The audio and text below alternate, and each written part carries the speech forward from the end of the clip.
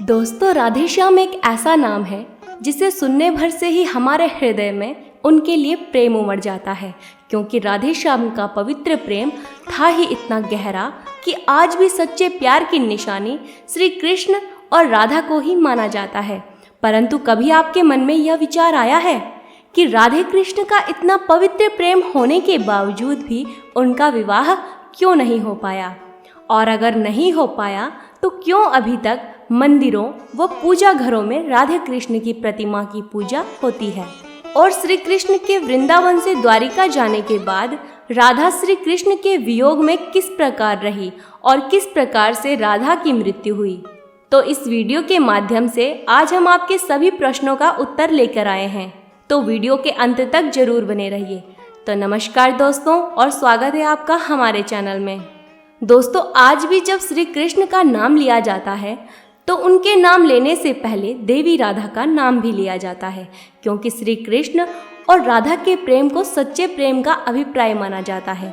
और आपने आज तक श्री कृष्ण की अनेक लीलाएं और राधा के साथ प्रेम लीलाएं भी सुनी होंगी, लेकिन क्या आप जानते हैं कि जो राधा श्री कृष्ण के बिना एक पल भी नहीं रह सकती थी, बिना मुरली सुने राधा का दिन नहीं कटता था, वह राधा श्री कृष्ण के वृंदावन छोड़ने के बाद किस प्रकार से रही होगी? गर्ग संहिता में श्री कृष्ण और राधा की अनेक प्रेम कथाओं का वर्णन मिलता है और इनकी प्रेम कहानी पूरे विस्तार में बताई गई है। साथ ही यह भी बताया गया है कि श्री कृष्ण के जाने के बाद राधा ने कब और कैसे अपने शरीर का त्याग किया था। तो दोस्तों, जब श्री कृष्ण वृंदावन छोड़कर कंस को मारने मथुरा जा रहे थे तो श्री कृष्ण को जाते हुए देख पूरा वृंदावन रो रहा था। साथ ही राधा के आंसू भी नहीं थम रहे थे और राधा श्री कृष्ण को जाते हुए नहीं देख पाई और जंगल में नदी के किनारे बैठकर रोने लगी। परंतु जाने के समय श्री कृष्ण को कहीं राधा नजर नहीं आई, इसलिए श्री कृष्ण राधा की खोज में निकल गए। श्री कृष्ण को पता था कि राधा नदी के किनारे बैठी होगी और वे फिर वहीं चले गए। और फिर श्री कृष्ण ने राधा को चुप कराते हुए कहा कि राधा, मैं तुम्हें छोड़कर जा तो जरूर रहा हूँ, परंतु मैं तुम्हारे मन में हमेशा वास करूँगा, और जब भी तुम मुझे ढूंढने की कोशिश करोगी तो मैं तुम्हारे हृदय में मिलूंगा। और फिर श्री कृष्ण बोले कि तुम मुझसे कोई भी 2 वरदान मांग सकती हो। तब राधा कहती है कि एक वरदान मुझे यह चाहिए कि हमेशा मेरे हृदय में तुम्हारा ही वास रहे, और दूसरा वरदान ये कि जब भी मैं अपने शरीर का त्याग करूं तुम मेरे पास रहो। फिर श्री कृष्ण ने राधा की यह दोनों बातें मान ली और फिर कृष्ण ने राधा से कहा कि मेरे जाने के बाद तुम भी अपना कर्तव्य निभाओगी और मेरे लिए एक भी आंसू नहीं बहाओगी। और फिर श्री कृष्ण मथुरा की ओर निकल पड़े और फिर देवी राधा का विवाह भी किसी और से करा दिया गया। और देवी राधा का विवाह किससे हुआ, हम यह आपको पिछली वीडियो में बता चुके हैं, जो आप इस वीडियो के आई बटन में जाकर देख सकते हैं। और जब राधा का अंतिम समय आया तो राधा ने अपना घर त्याग दिया था और वह श्री कृष्ण की खोज में द्वारिका की ओर निकल पड़ी। और जब राधा कृष्ण के पास पहुंची तब कृष्ण राधा को देखकर बहुत ही ज्यादा प्रसन्न हुए।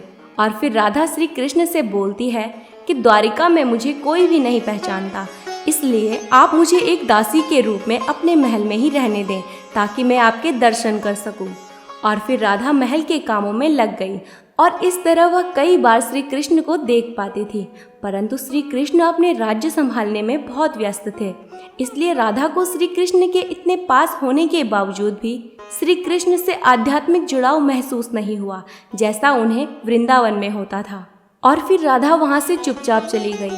और जब राधा अपना शरीर त्यागने वाली थी तब राधा का शरीर बहुत ही ज्यादा बेजान हो चुका था और उन्हें श्री कृष्ण की आवश्यकता थी। तब श्री कृष्ण को जैसे ही राधा की खबर पता चली वैसे ही श्री कृष्ण राधा के पास पहुंच गए और राधा को दिए गए वचन के अनुसार श्री कृष्ण राधा के पास ही रुक गए। और कृष्ण तब तक अपनी बांसुरी बजाते रहे जब तक राधा ने अपना शरीर नहीं त्यागा। और जैसे ही राधा ने अपना शरीर त्याग दिया तब श्री कृष्ण अत्यधिक विलाप करने लगे और श्री कृष्ण ने राधा के मरते समय बांसुरी से जो धुन बजाई थी वह धुन फिर कभी नहीं बजाई। दोस्तों, श्री कृष्ण को पता था कि राधा और उनका प्रेम अमर है, परंतु फिर भी राधा के वियोग को वह सहन नहीं कर पाए और फिर श्री कृष्ण ने अपनी बांसुरी तोड़कर उसे फेंक दी और उसके बाद कभी भी बांसुरी नहीं बजाई। तो दोस्तों, इसी तरह से श्री कृष्ण और राधा की प्रेम कहानी सदा के लिए अमर हो गई। और आपको आज की कहानी कैसी लगी हमें कमेंट करके ज़रूर बताएं।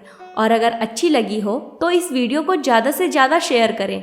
और अगर आप यह वीडियो फेसबुक पर देख रहे हैं तो हमारा फेसबुक पेज लाइक और फॉलो ज़रूर करें। धन्यवाद।